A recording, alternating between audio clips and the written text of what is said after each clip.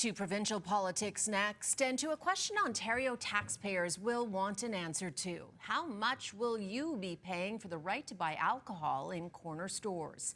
Tina Yazdani joins us now. And Tina, opposition leaders are tossing out some new numbers today surrounding the Premier's promise, and they're really quite sobering, these numbers.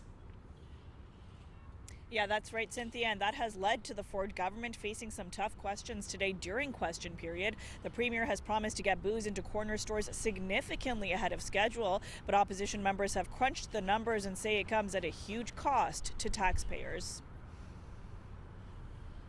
It's $1 billion booze boondoggle. The Ontario Liberals estimating the true cost of fast-tracking booze to corner stores by the fall will be north of $1 billion. The government has already confirmed $225 million will go to the beer store to help transition to the sped-up timeline.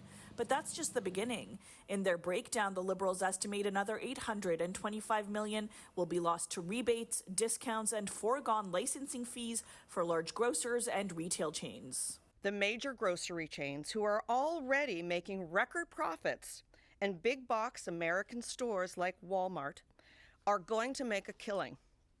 And he's using $1 billion of your money, of taxpayer dollars, to do it. It is money the opposition says could be better used on health and education, arguing $1 billion could hire 12,000 new teachers or 12,000 new nurses. When hospitals like the one in Durham no longer have enough staff to function, what does this government do? They give $1 billion to the beer store and LCBO. That was easy. Does that actually sound like a good deal for the people of this province from this Premier? Give me a break.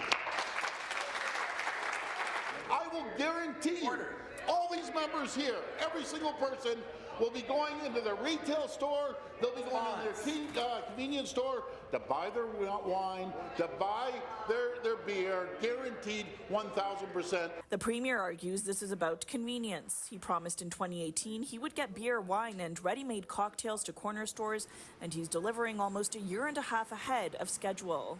You know, the Premier has said this is a very popular plan. Are you getting that sense at all from Ontarians? Look, I got nothing against beer and wine corner stores, but I can tell you this. People aren't breaking down my door saying, you need to do this right now. You have to do it right away. What they're saying is, I need a family doc. Can you help me find one? My rent is going up. I can't afford it. Can you help me? It's certainly not our priority, and it's not the priority of the people of Ontario. So do you think they should scrap the plan altogether then? When we're seeing public services in decline, those public dollars should be spent on those services, not on his pet projects. Now, Bonnie Crombie and the Liberals say that the $1 billion estimate is actually a modest estimate, that the number could be significantly higher than that. They are calling on the Financial Accountability Officer as well as the Auditor General to dig into those numbers. Sin? Okay, Tina, I have to bring this up. There's a lot of speculation. It's been going on for quite a few weeks now that the Ford government is fast-tracking this plan in order to call an early election. And I know Doug Ford's been asked this specifically.